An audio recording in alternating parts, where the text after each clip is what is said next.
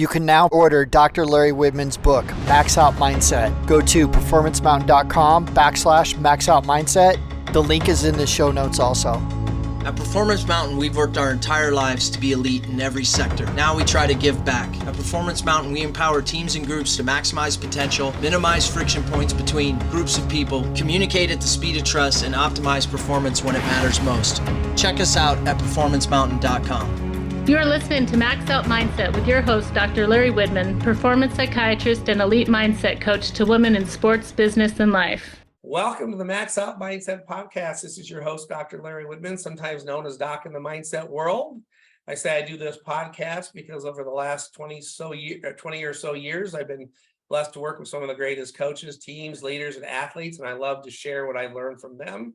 And of course, when I have a guest on, spend most of our time learning from them. I say my definition of maxing out is given the talent, the experience of the athletes and coaches, the depth, the health, and the intangibles. Can a team reach the limits of their capabilities? And then can they do it under pressure when it matters the most? Because I always say, if you can't do it when it matters, what's the point? And so today I'm really lucky. And for the first time, we're going to introduce the beach volleyball world to my audience, even though we talk volleyball a lot here. I've got a coach who was a former great player himself at USC. I know he set some records there at one time, and really then has been all about the last several years LSU beach volleyball as an associate head coach, the last several years as a head coach. He has been a national coach of the year from volleyballmagazine.com, from DIG, from CCSA. His teams have had incredible elevation of performance over the past few years, and one of the few teams in the eastern part of our country to really take college beach volleyball by storm. Last couple of years have been in the top 5 of the country, made a run at the national championships. Lucky today to have Coach Russell Brock on the Max Out Mindset podcast. Welcome. Thank you very much for having me. That's quite the intro. Yeah, I'm excited to talk about you. Obviously, we've crossed paths over the past couple of years or so, initially in a strange COVID world. Took over a year before actually you ever met your team face to face, but you've had this common theme all along of wanting to find these extra inches for your team to max out, not just in sport, but in life. And that's what's really stood out to me the most as we start to talk about your journey, is how much you care about these athletes as people and want the best for them in life. And of course, want to win too. As long as we're going to play the game, we might as well win, right? But Sure. Could you tell me what your definition of maxing out is from your vantage point? Yeah, I try to keep things as simple as possible. And, I think my understanding of maxing out kind of develops over the years. And probably where I'm at right now is to perform as close to your potential in a particular moment, because I think your potential changes from year to year, even during the course of a season. So like maxing out specifically refers to a particular moment and reaching your potential in that moment. So that's probably for me, that's physical, mental, emotional, spiritual. It's across the board, as close to your potential as you can possibly get. Yeah, I love that. So for people who don't know you, could you share a little bit with us about your journey kind of leading up to when you became a coach, just your background, a little bit about your athletic career, and then how you found your way into coaching? Sure. Yeah, I grew up playing as many sports as literally humanly possible. Just loved the idea of sport, loved competition, loved training, loved watching it, playing it, loved everything about it. And so growing up, played a lot of sports. When I got to high school, narrowed it down very, very slightly. So played tennis, soccer, baseball, football, and played volleyball kind of on the side toward the end of my high school career. Ended up kind of having the decision-making process at the end of high school, like what sport do I want to play at the next level? I knew I was going to play something somewhere. Wanted to go West Coast, and so looked at my options, and the best opportunity that I had was in a sport that I really just kind of barely got into, and that was volleyball. Just kind of stumbled onto it at the end of my high school career, and had great potential, had good tools, and some coaches were willing to take a chance on a kid from Texas to come out to California and join the team kind of as a project. And so went out to USC, ended up redshirting my freshman year, started for 4 years and ended up captain by the time I graduated, and was able to kind of create some opportunities.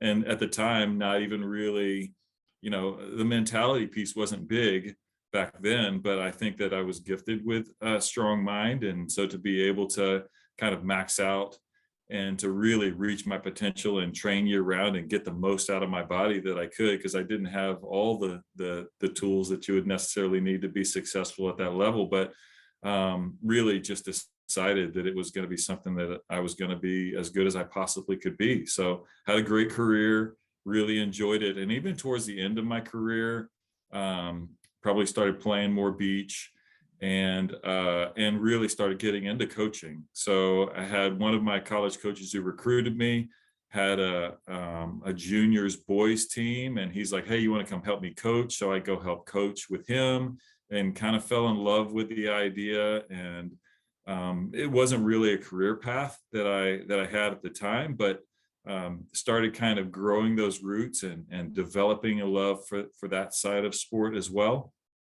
After I graduated from college, had a couple jobs, and then ended up settling into, I was the athletic director and coach, and did a little teaching at a K through 12 private school on the east side of Houston, where I grew up in Baytown Christian Academy. Did that for 11 years, and also helped run some local volleyball clubs, and so did a lot of coaching, did a lot of leading in that environment. And then ended up stumbling across playing a beach tournament in Florida. I was coming back on a plane and just ended up crossing paths with an old friend who was the head coach at Rice University at the indoor team. She said, hey, come coach camp. So we did some camps. At the end of camp, she said, hey, I need you to be my volunteer. Like, let's, you're really good at this. I think you could help us be better. So kind of did the volunteer thing with them, and still working at Baytown Christian for a few years. And then when a job opened up, she hired me, worked there for another 4 years, and then had the incredible opportunity to come over and start the beach program at LSU. And that's kind of where we've been since then. Wow. It was so interesting to me, as I've gotten older too, is the common theme of people. So many of us think that we have control over what's about to happen. And there's no way you could have predicted this journey, right? Because like you said, you ran into one person somewhere who said, come here, come teach this camp with us at Rice. And I say, as much as we young people today get so worried about their career paths, and I don't know what I want to do yet. And I keep telling them, you just keep chasing things that you're interested in, and you'll find your passion. If you don't give up and cave into the pressures of what people think you should do or what others think looks good, because you don't know what your passion is or how you're going to find that end game unless you keep exploring things that you're interested in and have an open mind. And you think about your path, like there's no way that you could have predicted going from, especially when you back to your hometown area to be an athletic director and a coach, to LSU beach volleyball. I mean, and I love the fact that that you were open-minded, like you ran into someone, come do this camp. Oh, you're good at it. We need you. And you just kept exploring things. And then here you are. At what point, you mentioned it, that she said you're pretty good at this. Like, at what point did you realize, honestly, that, hey, I'm pretty good at this coaching thing? Yeah, I think that it's funny because I don't necessarily, that's not kind of my mindset, like where I think that I'm good at this. I see that there are positive results, but for there to be positive results, it takes a lot of things to happen. So it's not just that I'm good. I think that I play a productive role. I have gifts that allow me to kind of help the process along in a pretty unique way. And so I think that, I guess the realization was that I could do this and be pretty successful and maybe not screw it up. I think that probably was more than me just thinking, hey, I'm just great and I can, create winners type of thing. So it's more like I knew that I had within me, I'd been given gifts. I had a pretty unique purpose that I could be a contributing part, a successfully contributing part in a lot of different ways to helping young people grow, to having a program continue to develop, to get on a pathway and maybe continue to motivate upward as there was growth that happened. So it was, once again, it was more that I wouldn't screw it up more than I thought, like, oh, I'm really, really good at this. So, and I enjoyed it. I think those were the kind of the key factors within it. And it's like you said, I think that, part of it is having an open mind, and part of it is starting to realize, hey, these are my strengths and my weaknesses, and how do I maximize my strengths, and how do I start to grow in ways that eliminate the things that could compromise my role within any particular team. Yeah. All right. So let's talk about that for just a minute then. And I know you're humble from my vantage point, but you mentioned that you have a couple gifts. So give us a little sense of, and I would call those your strengths too, but so you mentioned strengths and gifts. What are a couple of your strengths / gifts that do help elevate performance for a team? I think that honestly, I think humility is one of them. Like, I don't need to be the star of the show. I don't need to do everything. I know that we have people who are really, really good. And if I'm doing my job really well, I'm attracting people who want to be a part of what we're doing and want to help us. And they can do these pieces much better than I can. So for me to try and control everything, I think is going to be counterproductive in the long run. So one of them is recognizing, once again, my weaknesses, recognizing other people and attracting other people who kind of recruiting people who can help us be the best that we can possibly be. I think probably another facet is I can recognize when I've screwed stuff up. I'm willing to take ownership of that. I'm willing to make changes, and that allows continued growth. Like, there's no way from year to year, the first question I ask at the end of a season is, how can we be better? And that question immediately comes back. The first stop of that question is, what can I do to be better? And so to be able to have an understanding of how we can grow, how we can be better, being very open and honest about the things that we're not great at, and being willing to invest in continuing to improve, I think is the only way that you can kind of continue to get better in a program. So I think probably, if I had to guess, I think I have a pretty good eye for mechanics talent. I think that I'm a pretty good salesperson as far as, and you have to be, in Southeast Louisiana, if you're trying to pitch a sport like beach volleyball, you have to have some ability to attract not only talent, but also people who want to work with you. So I think that that's part of what's allowed me personally to be successful. And I try to be as genuine as possible. And then probably a word that you'll enjoy is I try and be grateful. I think that I fully realize the unlikelihood of my path. I realize the unlikelihood of my position, of our success, and ultimately I know that I owe a lot to a lot of people, and I'm very grateful for the opportunity to do this every day. Yeah, I love that. When I talk with coaches about the podcast and what they love, part of what they love is all the things you just told me, which are they want to learn from great coaches about some of the things that don't involve the tactical side as much, at least on this podcast, about what it takes to be great, like having humility and a growth mindset and gratitude. And because they don't think about that nearly as much sometimes, right? But the other side of the equation, they love to hear as much because nobody likes to hear the perfect story all the time, right? Which is, what were some things that a coach learned about themselves that they had to get better at? Kind of like you said, things that were my weaknesses or my blind spots that I had to improve. Could you give me one or two things that, as your coaching career has evolved, that you recognize I need to do a better job of it, and then you went about doing it? Yeah, I think at least one comes to mind pretty quickly, and that was, we always try and do those exit interviews, and the ability for players to be honest with you in that moment, I think, is an incredibly valuable tool, because now their careers are done. They don't have anything on the line. They don't have to worry about playing time. They don't have to worry about what's going to happen next year, their scholarship or anything like that. So I find that those moments, while sometimes they can be really, really challenging and hard, they're also the most real and productive. And so, we were able to have some really good conversation. We had an incredible run the last couple of years before last season.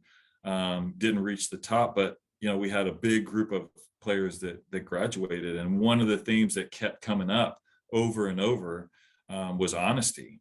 And for someone who myself, who would kind of pride themselves on being real, being open, being honest, to hear them say, listen, this is something that we need in various shapes and forms, that could be, there's only two options. You either take that and you're like, they don't know what they're talking about, and I know I'm better than that, I've treated them well. Or you say, you know what, clearly perception is reality, and whatever I think of who I am as a person, if I really want to reach these players, then I have to take their perception as the reality that I have to work with.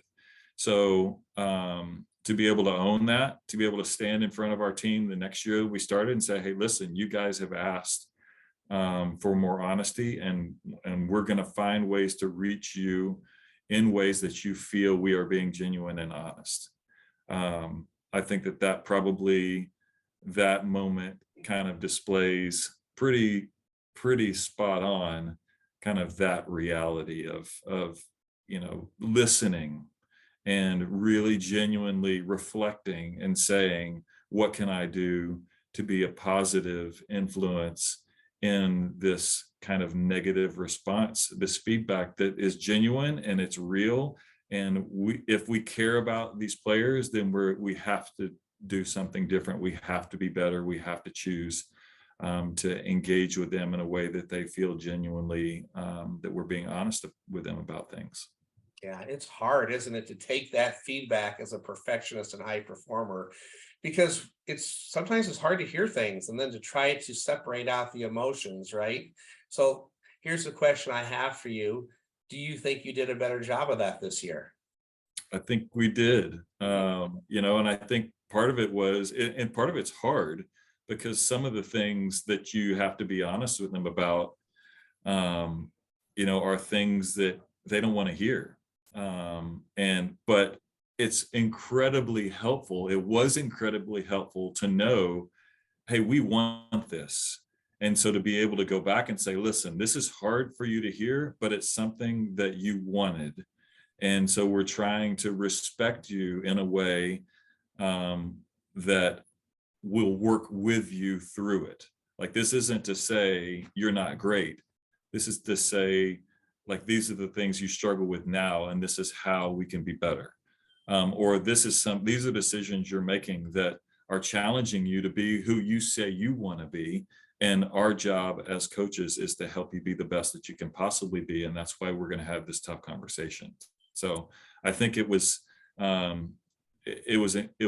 significantly more challenging to be honest in a way that would allow them to respond to that honesty, but it was maybe more than for them.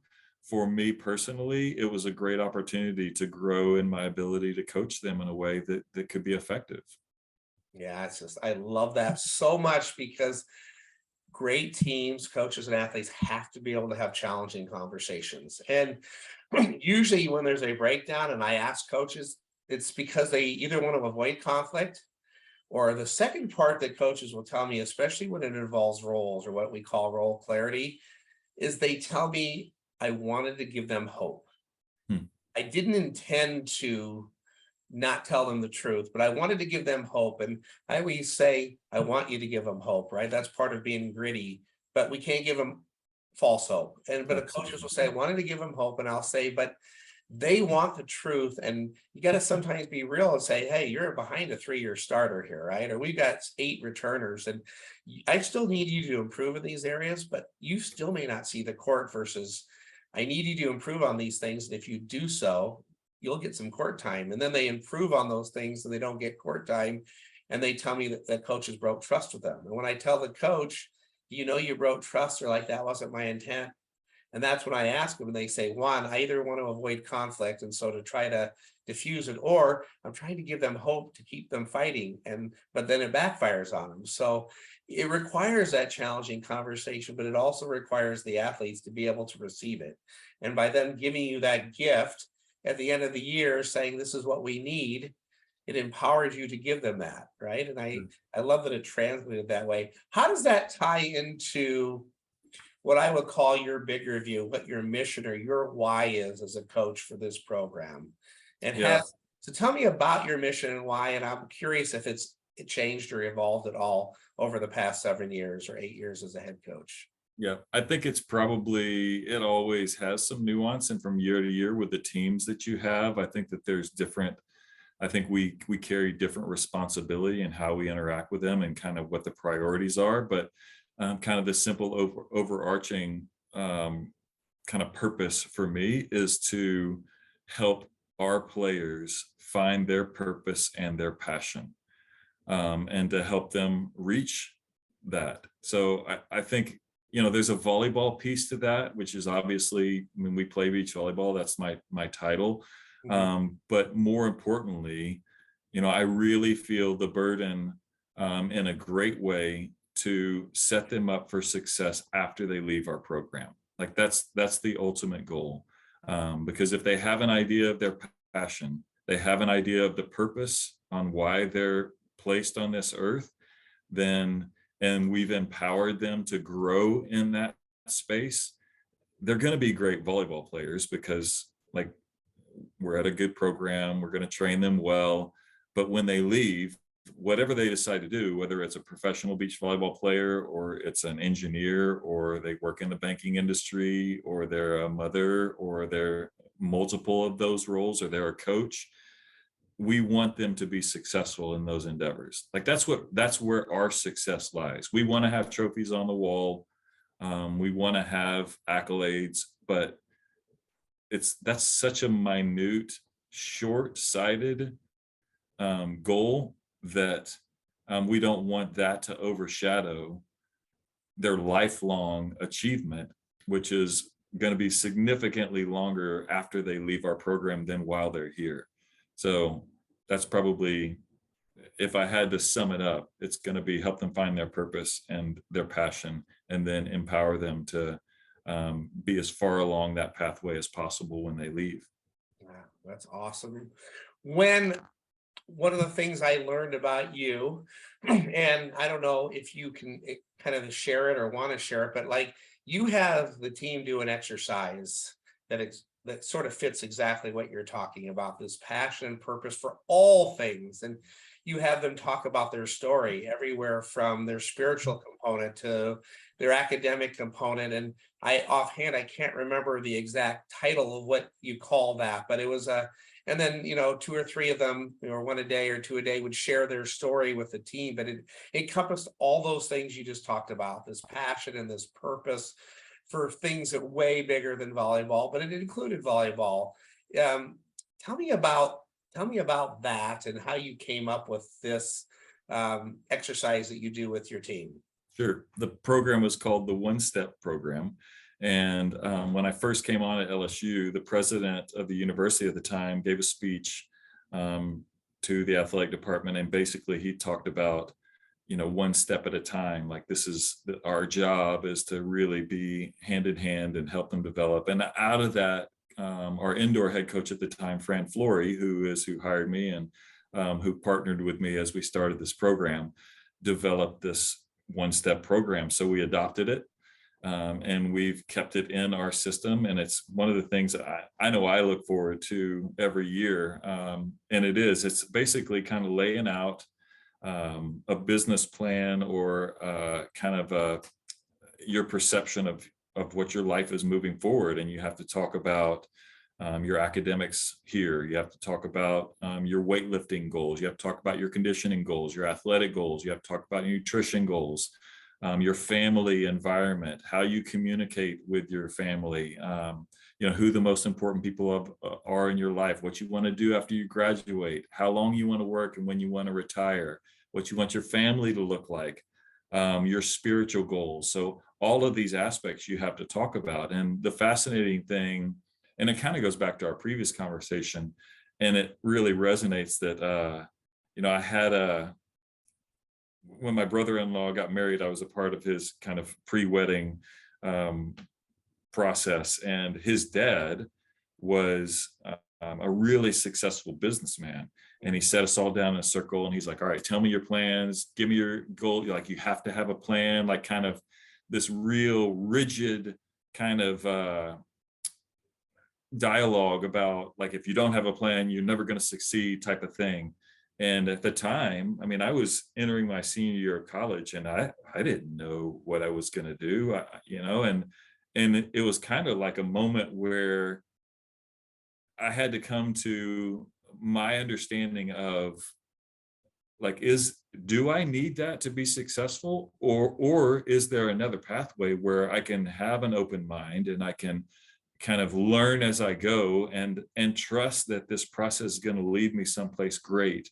And I didn't have a plan, and so I probably failed in his mind at that moment. But as we're here and we talk about this every year, that's that developmental process. Like, I want to know what you're thinking right now. And really, as a team, if we want to be able to kind of hold each other accountable, lift each other up, support each other, celebrate each other well, we need to know those details about who we are. It's kind of like the whole, it's I know you, but I don't know you. And this is the part of the process of helping us really know each other. You can go for years without knowing somebody's family history or who's most important in their life, and you know them, you've known them forever, but you don't know anything really about them. So when you're trying to develop, and one of the things we've talked a lot about is that ultimate trust, part of it is knowing, like, who you are, what you want, so that I know what resonates with you. And when something happens in your life that may be inconsequential to me, I heard in your one step that was something that was really important to you. And now I can celebrate that in a way that you would appreciate. So there's a lot to it, and it changes from year to year, and that's celebrated as well. We don't just give it once and, hey, you're stuck. Like, that's what you're going to be. Your major changes, your passions change, your family dynamic changes, your relationships change, who you're living with changes. So from year to year, it's an ongoing process. It's a development. And I think that process word is always really important in what we do, about getting from when you walk in as a 17, 18-year-old freshman till you leave our program as a 21, 22-year-old, whatever it ends up being. There's a lot of life. There's a lot of growth that happens within that span. And so at least once a year, to be able to sit down and have every single person talk about those things that make them who they are, and for us all to be able to hear it, I think is invaluable for us, like, to invest in that time every year that we have the opportunity. Yeah, and I felt kind of honored and blessed because of the time I was there for those few days to get to hear so many of them, right? And I always like them to make sure they understand the outcome piece of it, which is, all right, we're doing this, why are we doing it, right? And you mentioned it. I mean, the final ultimate goal of it is to get to ultimate trust. I mean, there's lots of pieces involved in that are important too, but if we're talking about forming a great team, what's one of the bigger whys for doing this? Because we want to develop ultimate trust, and in order to do that, we have to know more about each other than we know now. And that's not the only reason, because there's lots of things in there that involve their path and thinking. But what was fascinating for me was I was able to listen to a lot of them and identify which ones of them I thought would be more likely to be on the court without ever watching them play. But part of my observation at practice and listening to them was which ones are going to be great teammates, which ones are going to be great leaders, which ones, and some of it had to do with the way they organized their thoughts on this project exercise, how much they took it seriously, and you start to build this profile of a person to go, wow, of course they have to have volleyball talent to get out on the court, but when you have 12 or 14 that have talent and they got 10 spots, which ones have this other intangible piece? And part of it is, how well do you do on this project? How seriously do you take it? So I don't know, it really resonated with me, your one step. And it's really one of the more fascinating exercises I've ever seen done with a team before, day after day after day, where they really learn about each other. So I give you a lot of credit for taking it on years ago, building upon it, adapting it, adjusting it, and then sticking with it, because so many coaches I know do something for a year and it's well received, and then they go do something completely different the next year instead of keeping a pattern alive that makes sense. So let me ask you this. So because it ties into this, but when did mindset, kind of that component of mindset for athletes and coaches, become something you were aware of, interested in, recognized, and then did something about? Yeah, I think it's that's still an evolving process. I think to really understand how valuable it is. But I have a very clear recollection of two moments where I had a really personal understanding of the mentality piece. The first one, I was personally playing at adult nationals, and on a really good team. It was deep in the tournament. I want to say it was probably like semifinals of the national championship of Open. It was incredibly suspenseful, high level. I mean, it was as elite as you could get around the level that I was playing. And it was at crunch time, last points of a big match, and ball control has always been my thing. And I got served a ball and I literally passed it sideways into the stands to end the match. Nothing had changed in my ability, but I knew in that moment, that breakdown, it wasn't physical, it was mental. And that was kind of like an exclamation point. And this is probably 15 years ago, maybe longer. And it wasn't even a conversation, but in that moment, I recognized personally, like, this is an issue. Fast forward probably another 5 years, playing in a big beach tournament, critical moment down the stretch. And I went back to serve and served the ball under the net. Once again, it was like the pressure in those moments was greater than I was prepared to handle. And I know that I'm mentally strong. I've executed thousands of times under pressure in big moments. Mm-hmm. But to know that there can be such a drastic compromise in your ability to perform, even when you're a fairly reasonably elite athlete, it really hit home, like, that there is a whole nother world that had to be trained, had to be, once again, that honesty. I knew honestly that there was pieces that were missing, that were unaddressed. So then, as we've had the team, and we've had the ability to invest more in it, it's kind of become, not kind of, it actually has become, I mean, we lift hard in the weight room, we condition our bodies, we work on our technique, and we train our mind. And I think that over the past couple of years, that's been a piece of the puzzle that gradually, because most of our athletes, I think, were like me back in the day, they could give it, or they could take it or leave it. So you have to find ways to help them embrace that training, because for a lot of them, that's what's going to allow them to get over the hump, to reach farther into their potential. It's not going to be anything that they're doing athletically. It's going to be, can they put that athleticism to work in those moments where the stress that's on them is going to compromise their ability to have their brain make their bodies do what they want it to do. So, so probably it's, personally, I've understood it as a program. You also, once again, have to have people who can help you grow in those ways. That's not my forte. I haven't had formal training. I understand that I need it. But we've brought in people like yourself from the outside who that's their specialty, and to help us train in a way that can be productive and grow our minds, just like we would grow our muscles or we would grow our technique. I love that. So I just thought of something, and I'm actually going to play you a short video. I hadn't thought of it until now, but just listening to you describe that, and I want to set the stage for the team, or for our audience. So this is actually last year. All right. So you're playing in the national championships, in the competition.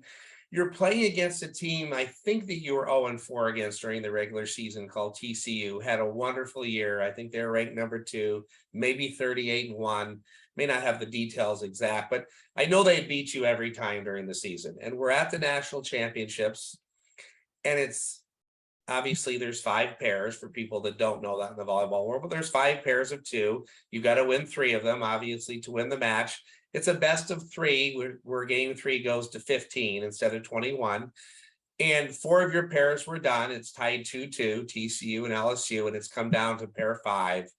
And I think it's 13 all in set 5, literally down to the final, right? And LSU, some people would say they pulled off a big upset. I would say that LSU expected to win that match. But I want you to, so I set the stage for the audience. You may have seen this clip, you may have not, because you were there, but this was right after the match. ESPN is interviewing your pair that just won it. And they have a few messages, especially the end part, which they talk about being intentional. But I think I'm going to play it for you just so you can observe it, and then give me your unfiltered thoughts on what you see here. So let me share the screen here, and let me get it on board here. So, all right, so we're going to share this for you, and I'm gonna make this full, play from the current slide. Let's play this for you and see what you think here. It all came down to the 5s. I mean, that's what tends to happen. Sierra, Ashlyn, when you know it's coming down to your core, what is going on mentally? We had no clue. The second our team tackled us to the ground, Sierra's looking at me. She's like, was that it? Was that it? Did we just clinch it? But I have got to give props to Sierra here. I know, like, I've been here before, but Sierra carried me through that first set and kept me fighting, kept me pushing. That's what kept us in that game. And that's what good partners do. And that's exactly what she was for me today. And that one went back and forth. Knowing that you were the rock, what exactly did you do to keep you guys in this one? Ashlyn's not giving herself enough credit. I mean, she was playing incredible defense. Like, her side-out game was so good. So I would not say that I was carrying us that game. It was a team effort. Okay, so obviously you guys huddled up after that one. It's a huge deal. What exactly did Coach say to you guys? Honestly, he was talking to us about how our warm-up, we did not look like we had a chance. And I'll be honest, we were dead, had no energy. But that's what being a Tiger's all about, is that fight. And we knew after we heard everyone down the first set, there was no doubt that everyone on this team was going to go out there and fight until the very last point. And that's exactly what we did as a team, as a school, and as LSU. And I know you guys have one word that you've gone into this tournament, into the season. It's intentional. How exactly were you guys intentional with this match today? I mean, like, when, I don't even know how many people are out here, but when all these people are out here and Moreau serving one of the last balls, and I was just like, come on, block out the noise. Like, we've worked a lot on like breathing this year. We've done a lot of breathing. Every practice we breathe before, like 10 minutes. And so I was like, just breathe, just breathe. And I don't know, that helped a lot at least. I mean, you guys are at this level. Sometimes it just comes down to the mental game. That's all it is. Well, congratulations, guys. Good luck. So much. And Coach, What do you think, Coach? I mean, there's a little bit to unpack there, so give me your thoughts. Yeah, initially I loved how, and one of the things we talk a lot about is finding ways to help your partner be better. And I love that. I think that is in a world where, even as NIL becomes, more and more prevalent, and, popularity and likes and all that stuff, like, for them to be able to embrace the fact that, the value in that experience was the fact that their partner like helped them. That is a great place to start. And I love that the interview started there. Obviously the mental side. And it's funny because that year and the year previously, we were kind of in the same boat. We had big matches against teams who had beat us every time. And then we were able to kind of get over the hump in the most kind of important moment. So it just brought back once again the importance of resilience, to go into the matches and know that your job is to make your partner great, and to take care of your responsibilities. It doesn't matter, like the past doesn't matter. This is about this moment. So being present in this moment and really being able to execute. And then obviously for them to recognize in that moment that the training that they've done and breathing and focus allowed them to finish that match strong, even when their bodies might have been failing them, understandably. It was, that's a great message. And it's a wonderful way to reflect on the hard work that was put in that season. Isn't that cool? So a couple things for me to kind of share and expound on was the first part, like you said, helping each other be great, right? So that to me is also a mental skill, because as you'll remember from our discussions, I call that our third ingredient of confidence. What my teammates and coaches say or do for me can either help or hurt me, right? So, and if we do that better than the team across from us, right, then we're more confident, right? And then I always ask your team to pair confidence to fearlessness, meaning if we train confidence, the nerves will be there, no big deal in big moments, but there's no fear, because I know I put in the work. I know how to talk to myself. I know my teammate, my coaches, they got my back. They support me, believe in me. And we start to build this armor of confidence. And I remember telling some of your pairs this, and I tell teams this all the time, that in the postseason, if you can train confidence better than the team across from you, the team that often beat you in the regular season will beat you in the postseason, because there's a different level of pressure in the postseason, and worry and doubt creep in when we get behind or in tight situations. And if you're more fearless than the team across from you, it doesn't guarantee you'll win. It just changes the odds, right? So that was the first part, which was really cool to me, because 2 years in a row, right, you had a team called Florida State the year before who had your number, and you knocked them out of the national championships.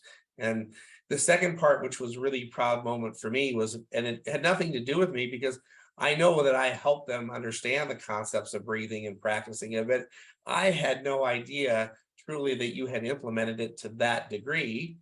That, we've been working a lot on our breathing, she said, right? 10 minutes a day before practice. Because I tell these high performers, you can't try to breathe in a big moment if you don't practice it. Like, you can't go, it's 13 all, the moment's big. Oh, we remembered we talked about breathing and that could help us relax. It's not going to work in that moment. You got to know how it works for you, and you got to train it. And for me to hear your athletes say, we've trained it a lot every day before practice, which means the coaches and athletes valued this piece. And then it worked out, which she could focus on their breath rather than the moment of the serve, just focus on just breathe, rather than, oh my gosh, the serve is big. I've never played in a national title game, championship match like this before. Like the crowd is crazy. She talked about it in a different interview. Like, we just focused on what we could control. So credit to you and your student athletes for taking it on. And I love it when they get rewarded. You don't always get rewarded with an outcome just because you breathe, right? Sure. But when it changed the odds. And then of course the reporter today say sometimes it just comes down to the mental game. Circles back around to what you said earlier, which is that mindset piece is subtle, it's critical, it's important, it's just one part of it. But in those big moments that you discovered as an athlete yourself, or as a coach where you have to just observe, like my athletes, like it matters. And to give them those tools, I'm really proud of you and your coaches to then take it on and say, hey, this is something we're going to give you time for. Because if you breathe for 2 minutes or 5 or 10, it's taking away from some of your technical practice that so many coaches struggle with. How do I do this, but still train them enough on the court? And most are finding out that other part is just as critical. So anything else that you've discovered along the way on terms of the mindset piece as a coach? The breathing piece helps with composure and focus, concentration, and staying confident, all those 4 C's. Anything else that you've observed over the past couple of years that your team has been able to do a bit better than maybe in the past with regard to their mindset? Yeah, I think that even as we've headed into this year, we've talked a lot, and we're beginning, because it's all learned. Not very many people naturally kind of move in this way. So for them, one of the things we've been talking and working about, and stopping practice and having them give feedback, is really capturing their thoughts. You can't prevent, and the book we read this summer, The Inner Night, talked a lot about it, which was, you can't prevent the thoughts from happening, but you can determine what happens when those thoughts happen.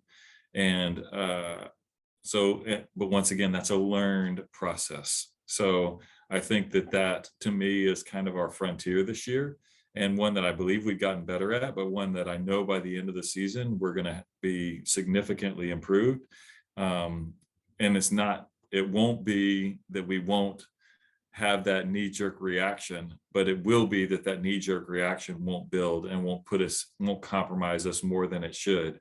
And once again, then you have the ability to make a decision, kind of in that little gap space that we talk about. You have, rather than have it just influence your process, you make a decision on how you want to move forward. And that's when you can react most productively with your partner or with yourself. And so that's what probably, if I had to say one area, because every year we have some things we want to work on technically, and we have some things we want to work on mentally. We have some things we want to work on emotionally. We have some things we work on spiritually. So we have kind of our main goals, and that would be our main goal, I would say, this year, and one that we once again have already seen progress. But I can't wait to see kind of where we end up with it, because I believe that's a huge battlefield for all of our athletes, and we see it day in and day out, not just in the sand, but in life in general, that these thoughts become crippling, and they don't have to. Mm-hmm. Yeah, and to put closure to what we talked about earlier, your team last year lost most of their starters. So every year is a new journey. Now, I don't know about this year, but the year before, you lost a lot of your starters. And so new players had to step in with pressures they hadn't faced before, right? So, and then what you're talking about now, just for the audience, I know they picked up on it, but you're talking about self-talk, which is what I call my number 2 ingredient of confidence, which is, I say you're halfway home to confidence if you put in the work, that preparation, hard work. But then if you beat yourself up or listen to the wrong things in your brain, now our confidence gets hurt. And so we have to learn to master our self-talk, or get better at it, or decide, I don't necessarily have to listen to it. Like in your book, The Inner Night, like the thoughts can come through and you don't always have to replace it. You can choose to ignore those thoughts, but some need to replace, some need to ignore. And there's a ton of strategies to do that. But at the end of the day, what you're talking about is self-talk, right? As I've been studying these and have the pleasure to, interact with so many Olympians and professional volleyball players the last couple of years, the common theme of struggle has been self-talk, confidence, and at times composure, right? And so we've introduced all all of those just in the last 10 minutes with their breathing, which helps with their composure, right? And then the self-talk and confidence are so paired that you can't be maximally confident if your self-talk's bad, or if you allow your self-talk to cripple you. So I love that you're taking that on now too, because if we tackle the second and third ingredients of confidence, there's no question in my mind, I don't worry about the first ingredient of confidence collectively with your team, meaning, do I put in the work physically, mentally, technically, and tactically? Now, some can do it better or elevate it individually, but collectively, your team and what you value, it's so important through everything you do, including one step to attack those, that I don't worry about that. So then if our self-talk gets better than ever, that you're hitting on this year, your composure continues to get better through breathing and other techniques and mindfulness, all of a sudden you start to go, we have this armor of confidence about us that allows us to be more fearless when it matters. It doesn't always mean we win, but it puts us in a better position. And I love that your team's been rewarded the last 2 years against teams that had their number in the regular season, but they knocked out 2 years in a row in the national championship part of the season. And part of that was because I think their mental game, along with everything else that you do with them, was at an all-time high at that part of the year, and they were able to turn the tables. So you've really hit on the things that I wanted to hear on that. From a leadership, as we kind of start to wrap up kind of thoughts on what you think about things, where have you evolved the most as a coach? Like when we think about the ingredients of a coach, that it talks about evolving, and I talk about things like thinking about what your contribution to the problem is, and modeling behaviors, and being consistent, and having an open door policy, and finding this healthy mixture of love and accountability with your team, and building trust, those types of things. Where do you think you've done the best job over the last couple of years evolving as a coach and leader? A good question. Probably, I think what's allowed me to become better is to be honest enough to be aware. It's easy, particularly when you've been successful, to say, hey, things are working. We've been doing pretty well. We're way better than maybe we should be. Like clearly we're doing things the right way. But the more that you're willing to, and part of it is, finding people who can give you feedback, like that's, that you can respect and that's going to be productive. That's been, and some of it's not been intentional. Some of it's just been like, it's kind of worked out. Like even as I've started working more with USA beach volleyball and doing their training, they actually have coaches who watch, and they look how you interact. They see how the players respond to you. They hear the words you say. They watch the cadence of your practice, of your drills, and then they give you feedback. And it's like great feedback. But on a day in and day out basis, if you're a head coach, it's very rare that you can get feedback in that way. And so to have that as kind of an extra tool over the last couple summers and even in through the year has been really, really good for me personally to recognize areas of weakness that maybe I don't see. They're just in my blind spots. Having conversations with you and, in areas that I'm not nearly as well versed from the mental side of things to understand, hey, these are ways that we can be better as a staff. These are ways that we can be better within our staff. Like these are things that we can talk about or we can engage in that are going to make us more healthy. And then probably the one thing maybe that, that I think I have to work hard for is to choose joy. And that's something that, it sounds like, particularly if you're at a place that takes care of you and you have reasonable success, like it can be overlooked. But for me, that's something that if I don't recognize that and choose that, that's going to really compromise my ability to connect with my staff. It's really going to compromise my ability to connect with my players. And I don't want it to be perceived, once again, because perception is reality, that my relationship with the people who I'm entrusted with is tied to any performance. My relationship needs to be tied to the fact that I respect who they are. I love them as individuals. I celebrate their successes on and off the sand. And I want to know them and what they're going through, whether it's good or it's bad. And I want that to be what marks the relationship, not their performance. That's the only chance that I feel like I have to maintain those relationships, particularly we get to season and some people play and some people don't.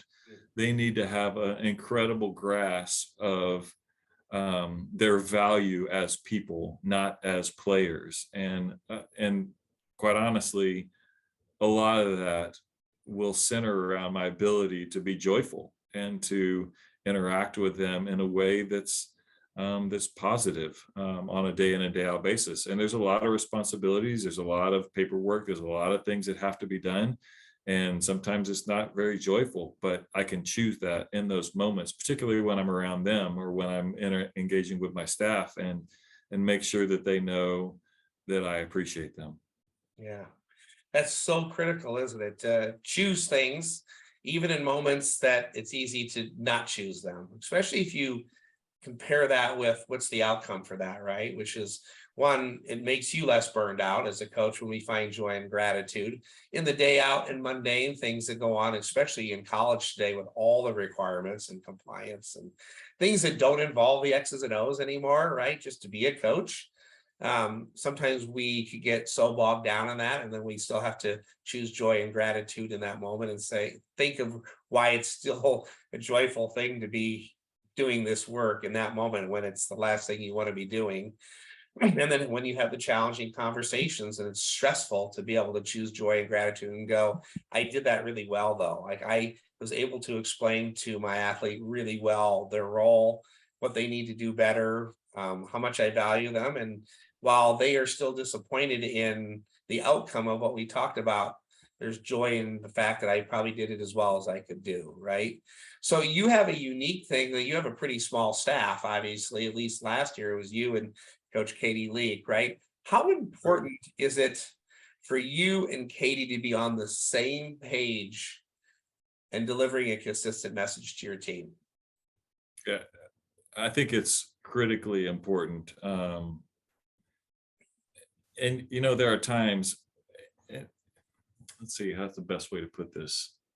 There are times when it's actually more important for me to be on the same page with her than it is for me to be on the same page with them, because that impacts her ability to be great more than it might influence mine or theirs. So once again, it's about knowing people. It's about valuing their process. And whereas it might not bother me if I say something and she follows it up with, actually, this is what we're going to do. I'm like, okay, that's fine. If it's reversed, it might impact her more than that, and I need to respect that. And once again, it needs to be that unified message is one that we haven't always had, and it's compromised a lot of things that that end up not being in our control because we've lost that control. So I think it's something that I have to be really intentional about, to make sure that we have lots of conversations beforehand and we have lots of follow-ups and we're very well prepared, because it's just not worth that risk of not being on the same page and have it be confusing, and to break kind of that trust down a little bit, even if it's not anything major. I think the more that we are unified, the more that we are prepared and organized, then the more they can trust, the more comfortable they feel, and the more comfortable she feels with being able to do what we're required to do on a day in, day out basis.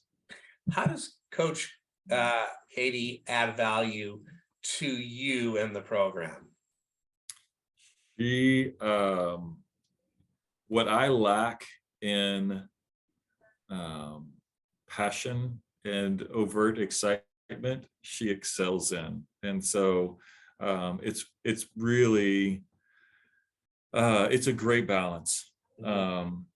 Her ability to engage passionately and productively with our players to help them understand deeply why things are important, and to understand the history of our program. She played here, she learned here, she's been here, she understands it very, very well from the player side and from the administrative side. Like, that's invaluable.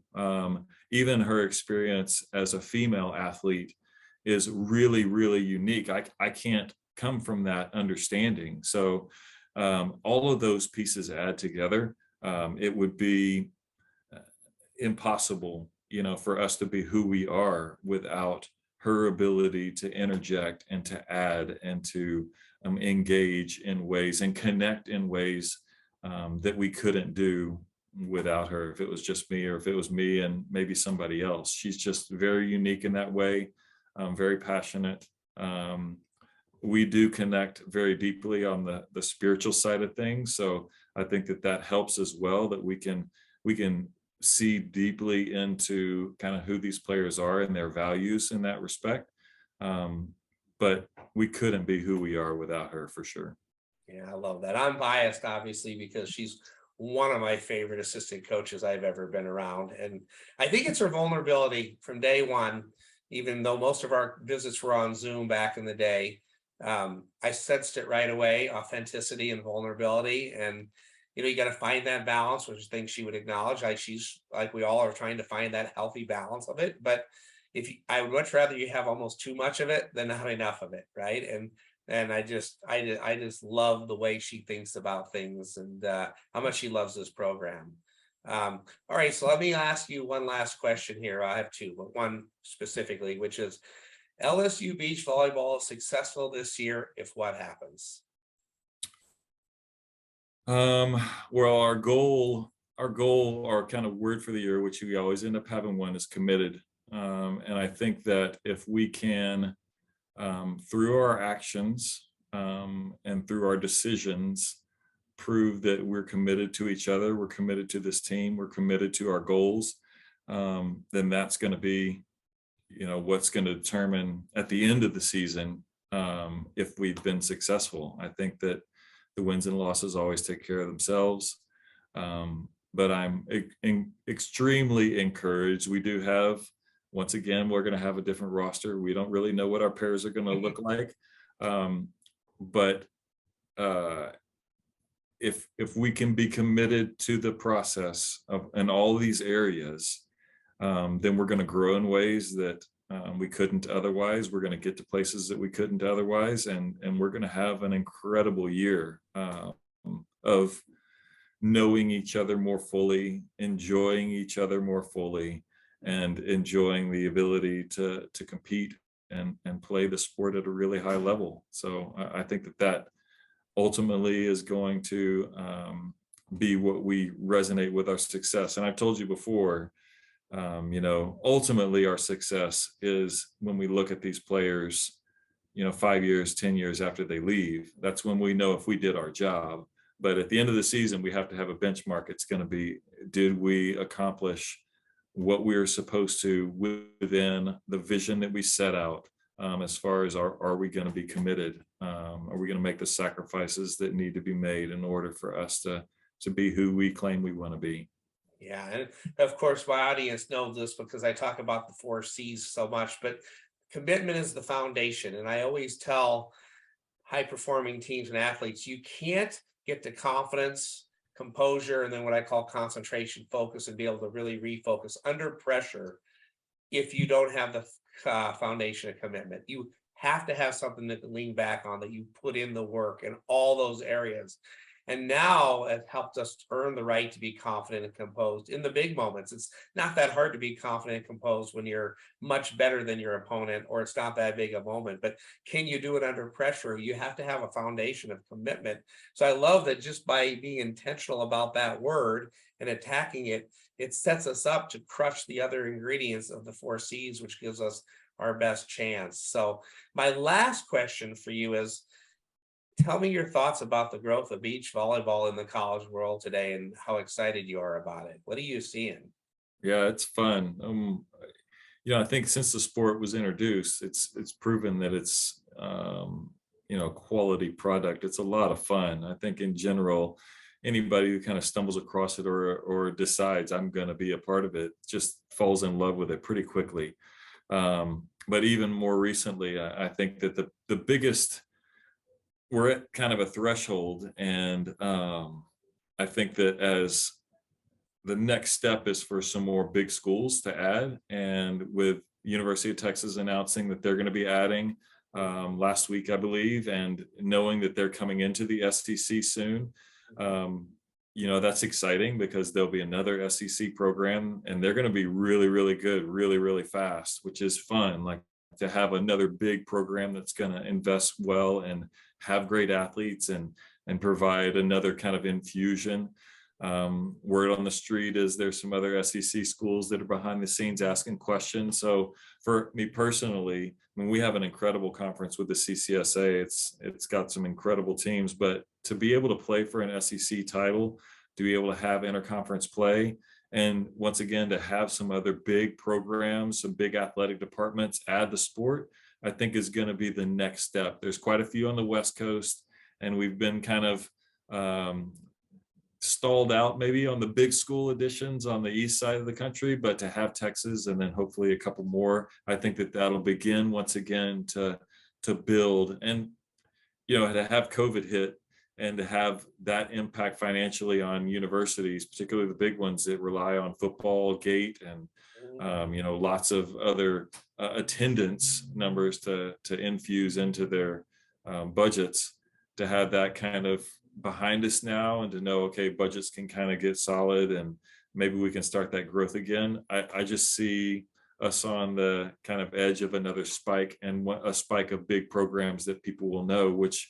I think as you regionally, as those big programs add, then the knowledge base, the excitement level, all those things build. And once again, I think is going to push our sport into kind of that next level. It's already rapidly growing, but it'll push it into that next phase as well. And even just to see, like, even if you're watching the professional circuit, all of these collegiate athletes that are starting to come out and that are really inundating and elevating the play on the professional level, just once again shines a spotlight back towards our sport, and really then gives the sport within our country and even worldwide an opportunity to elevate and become greater and more exciting and a lot of fun. So it's just a fun time to be involved with a sport that's technically, I guess, still emerging, but really is got a lot of traction and excitement.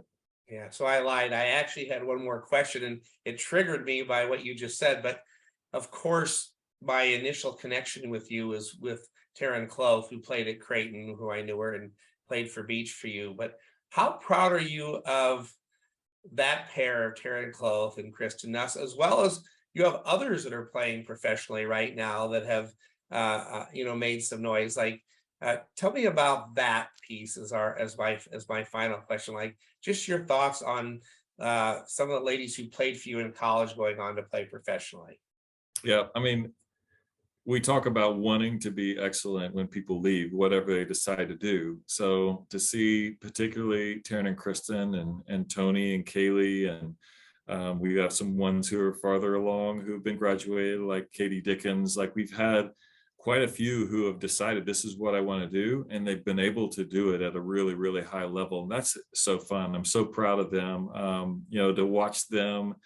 And, I'm not in their camp anymore, but I get a pretty close seat to watch what they're doing. And I know that they're working hard and they're continuing to try and be better.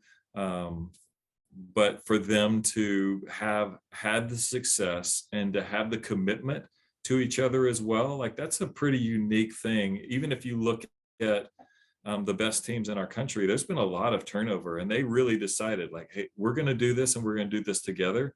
And maybe even probably confusing a lot of people that they took that route. I totally respect how they've chosen to do this. It shows a lot of integrity. It shows a lot of class. It shows a lot of a deep friendship.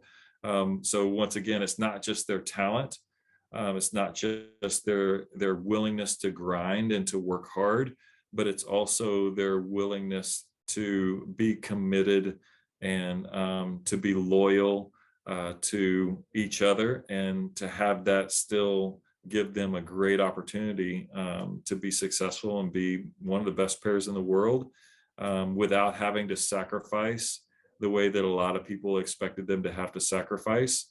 I'm just happy for them more than anything else, and obviously proud of the process that they've had. Yeah, and I always say it's the non-technical aspects of your sport that determine where you go. You got to have the talent, or we're not in the discussion. But it's all these other things that you keep bringing up that circle back around that determine where we're going to go, right? And so, all right, so I've asked you a lot of questions. Anything else that you want to share?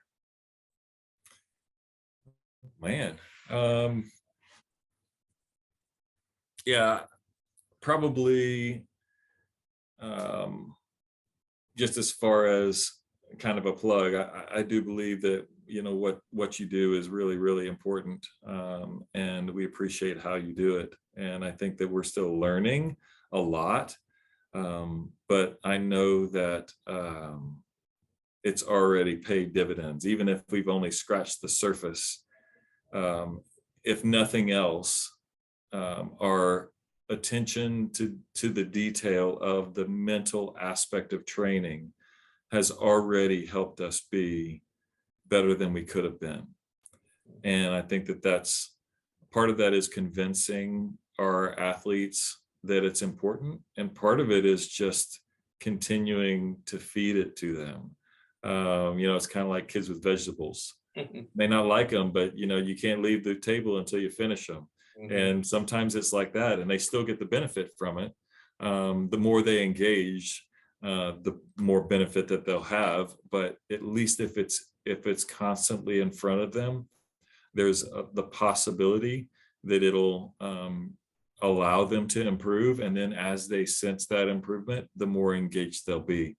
So if there's anybody who's, you know, watching or kind of dabbling or considering, just know that we've seen it be incredibly powerful and really productive. And I don't feel like we're really far down the spectrum. So it's not like you have to invest and you have to be incredibly proficient to see results, but those results can snowball. And that's what we're excited about these next few years, is to continue to be better at what we're trying to be good at right now and to see even greater results.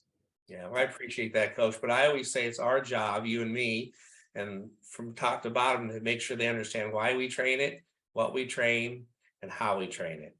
And if we do that, that's what we can do for them, to then give them the opportunity to learn from it. And then, but they always want to see if the coaches are serious about it. So I give you and Katie a tremendous amount of credit for running with it, and then getting your leaders and players to buy into it to the level they've bought into it, so that they've seen an impact. So it's been a lot of fun getting to know you. Obviously, our journey is not done, but for today, though, I just really appreciate you being on the Max Out Mindset podcast. So thank you so much, Coach. Thank you for having me. It's always fun to chat.